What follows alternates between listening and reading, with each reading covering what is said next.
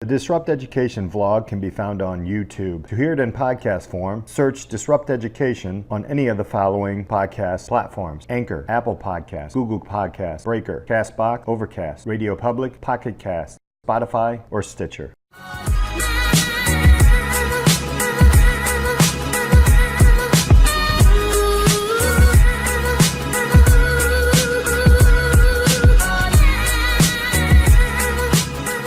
Welcome to this episode of Disrupt Education. I'm here with Connor Bounty.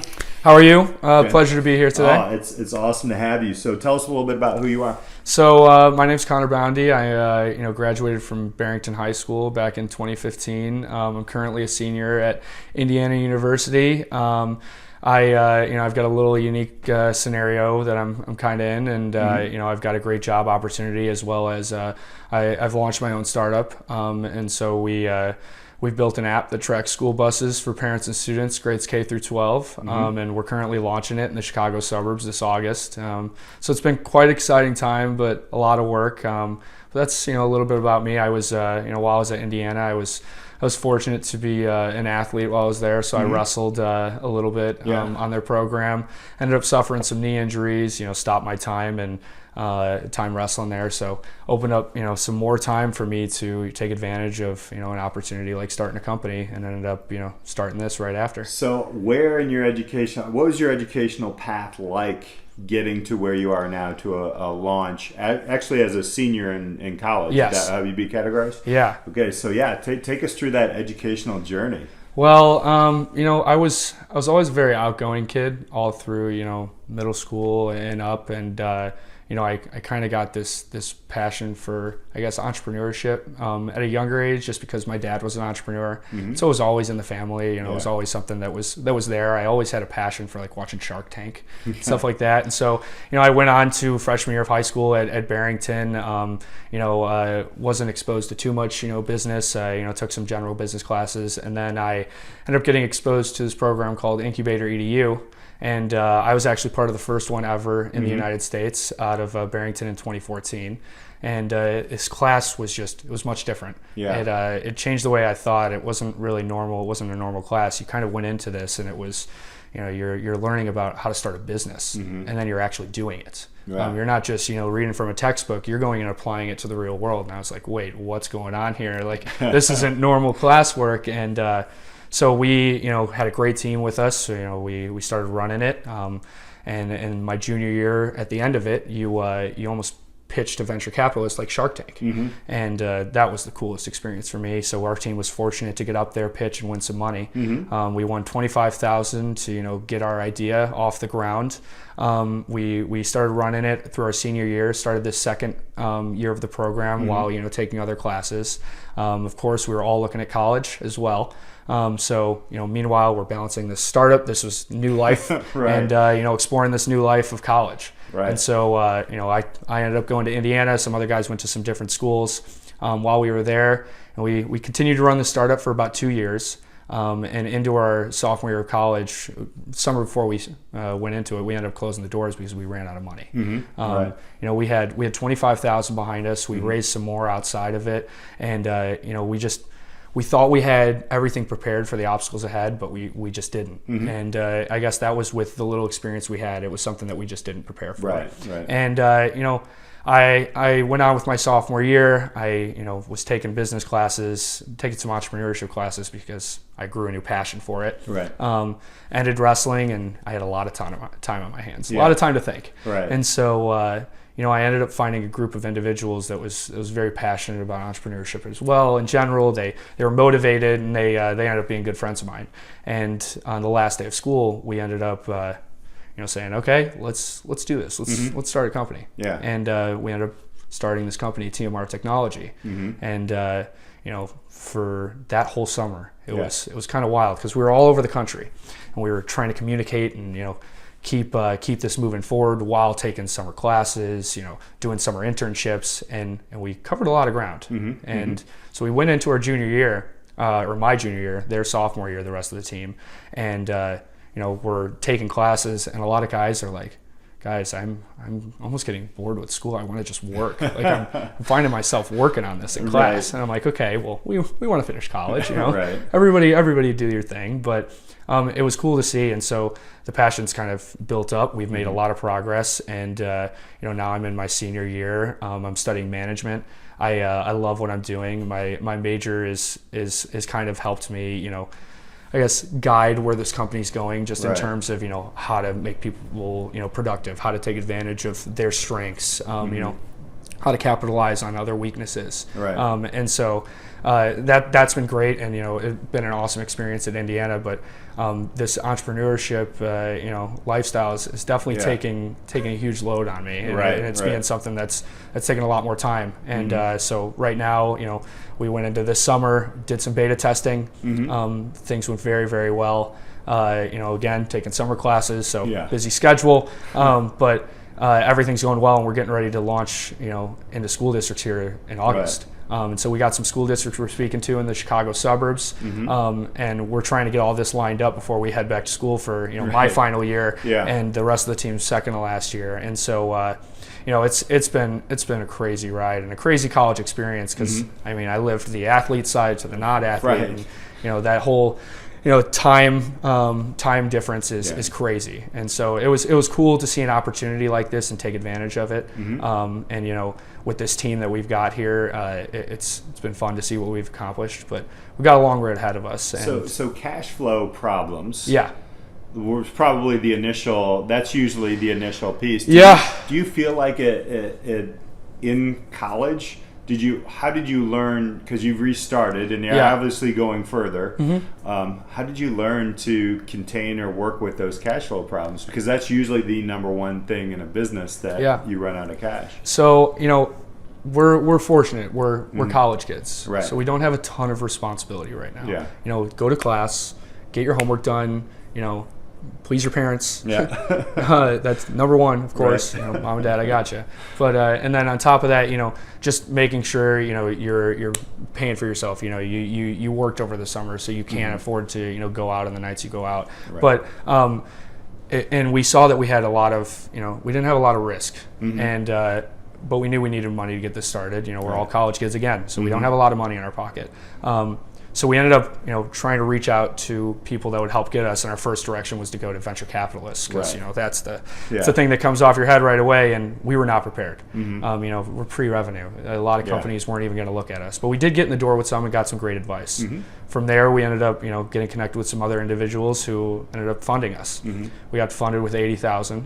And it was a lot of money for us, because handing $80,000 to a college kid is it's a lot of responsibility. And so we knew from there it was game on. And so we had all the measurements set in place to build this roadmap. We've got a great CFO that's been working really hard on mapping out how what our burn rate is, that we know how much we need to move forward, because that is the biggest hardship for a startup, is having money in the bank, and where to spend it, and running this lean canvas the most appropriate you can to achieve success.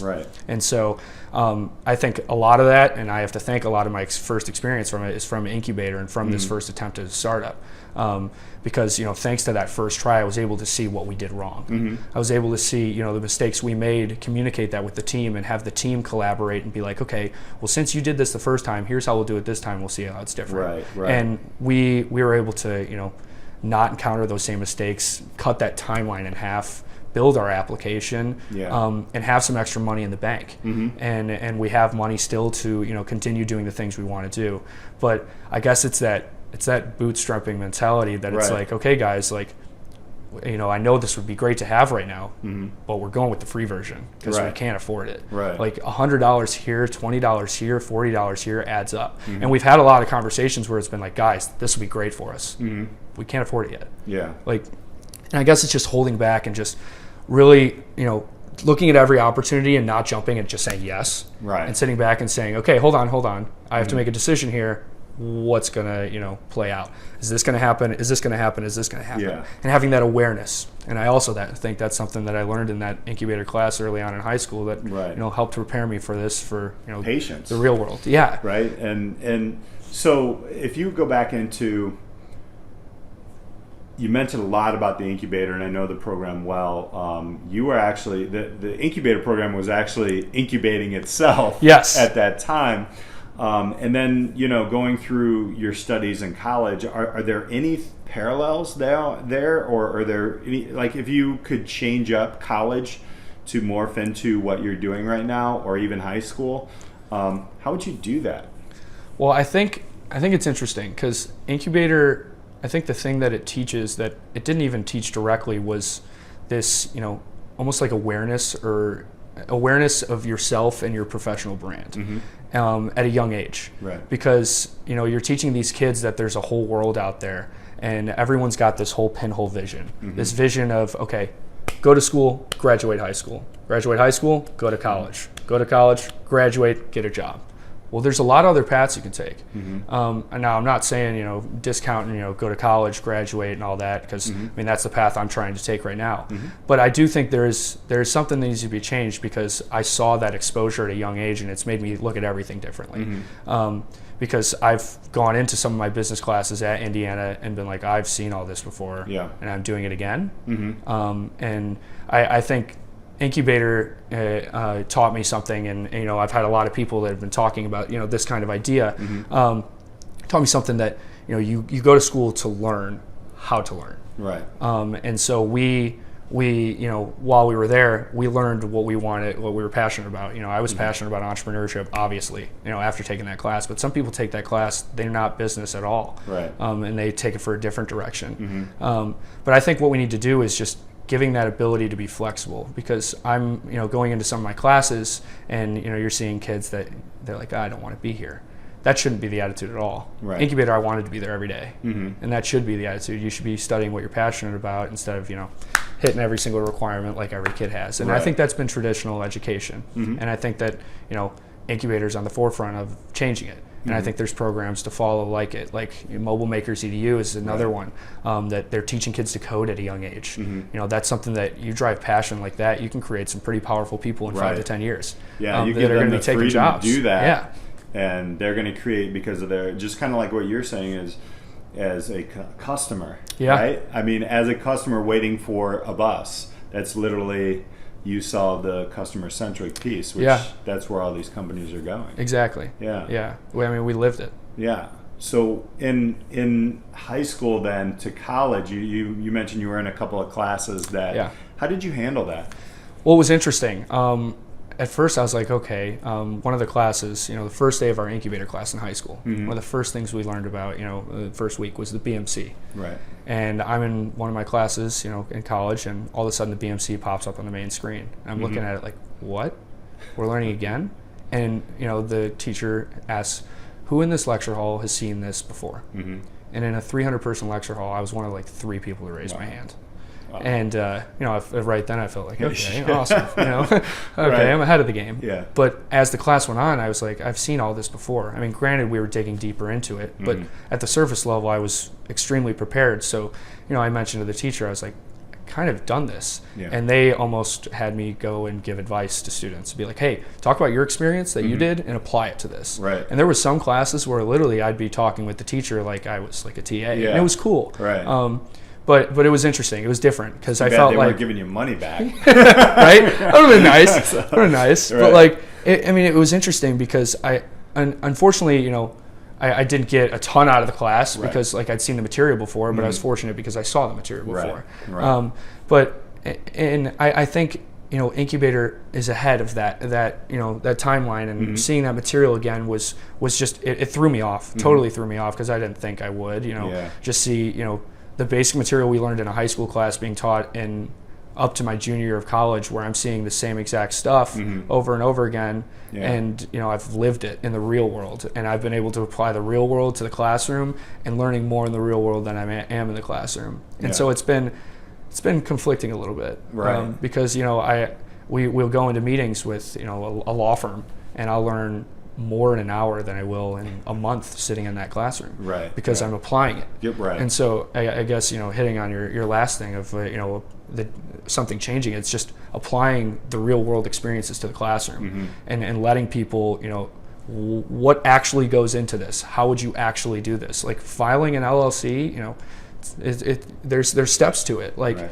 you know, actually going through it and doing it was very, very educational for us. Like going through writing an operating agreement with a law firm, like that was crazy. It was super cool, very educational, but I don't think I would have learned, you know, that real world hands-on experience in a classroom right now. Right. And I think that's something that we need, you know, to adapt upon and change. Like you're saying, you know, this whole, you know, disrupt education kind of atmosphere of, okay, how can we adapt to this new society, because we're changing every day. Right. And we had a conversation before this. It's your generation that is actually driving change on a, I don't want to say a lower level, but like high schools are driving change in collegiate levels, and then it's driving change in business, etc.